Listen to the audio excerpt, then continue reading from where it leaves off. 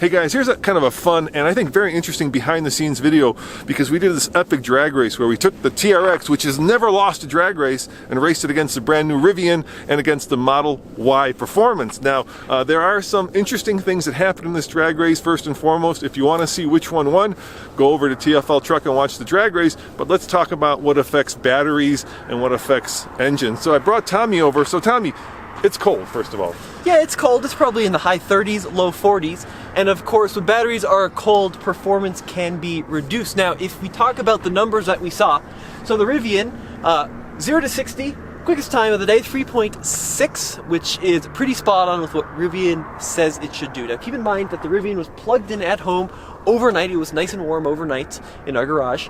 So we got a full charge and we started our 0 to 60s and our drag race with roughly 90% state of charge, and then that dropped down to like the high 80% state of charge. Now the Tesla, similar situation, so plugged in overnight.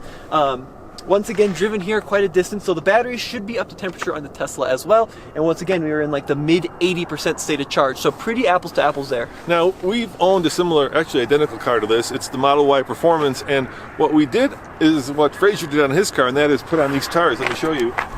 These are Michelin Cross Climate. They're all-weather tires, which basically is a summer/winter snow-rated tire. And while these tires are great for having them around all year and being able to drive them both in the summer and in the winter, they're not great for grip. And so the fastest time I was able to get 0 to 60 on the Model Y was 3.9. I'm going to say that is due to those tires because they don't have the same amount of grip that the tires that come with the car have. Yeah, but it's also worth noting that even though that this is a very aggressive tire with a big tread block, so is the Rivian tire. So this is a Pirelli all-terrain tire. You can see it's a true all-terrain with these nice chunky blocks. So this is not a 0 to 60 tire. This is not a performance tire.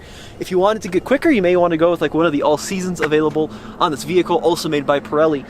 So I do appreciate the fact that the Tesla's kind of on chunky tires, but the Rivian definitely is as well. Well, this should be a 3.5 second car, and this should be a 3.5 second truck. So, getting this at 3.99 is interesting because half a second is, significantly slower. The other thing about these Pirelli tires that Rivian wants us to point out is that they were designed specifically for electric vehicles. So not only do they have lower rolling resistance, but this is a heavy truck, dude. It's a heavy truck, and so they're designed to put up with the weight of this truck, which is over 7,000 pounds. Yeah, that's exactly right. So, very impressive performance numbers on the Rivian. And of course, the cool thing is, even though we're up here at a mile above sea level, these vehicles are not affected by altitude. So the TRX supercharged V8, superchargers, forced induction help compensate for altitude.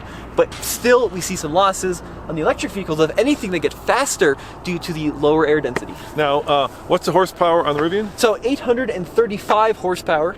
Now, Tesla doesn't really disclose horsepower numbers. Yeah, so we can't really quote them, but certainly Ram does, 702 horsepower, but you're right, we're at a mile above sea level. The other thing that obviously we don't have is a longer track. We're at IMI Motorsports. This is our local track, IMI.com.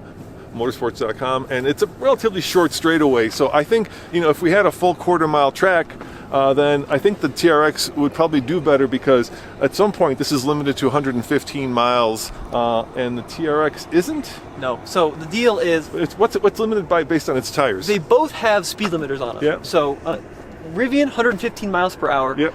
TRX 118. So you're not really going to see all that many performance gains on the top end of the strip.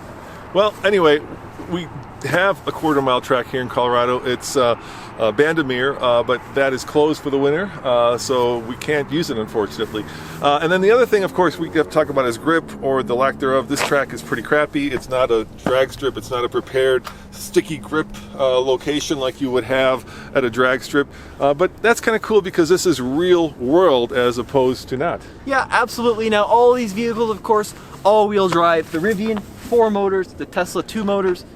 The Ram, 1 motor, although it's 6.2 liters of supercharged V8 Fury.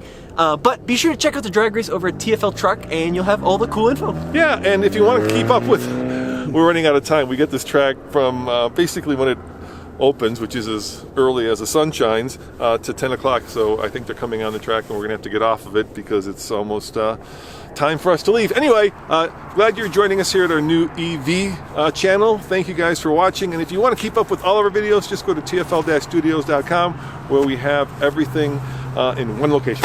We'll see you next time. Ciao.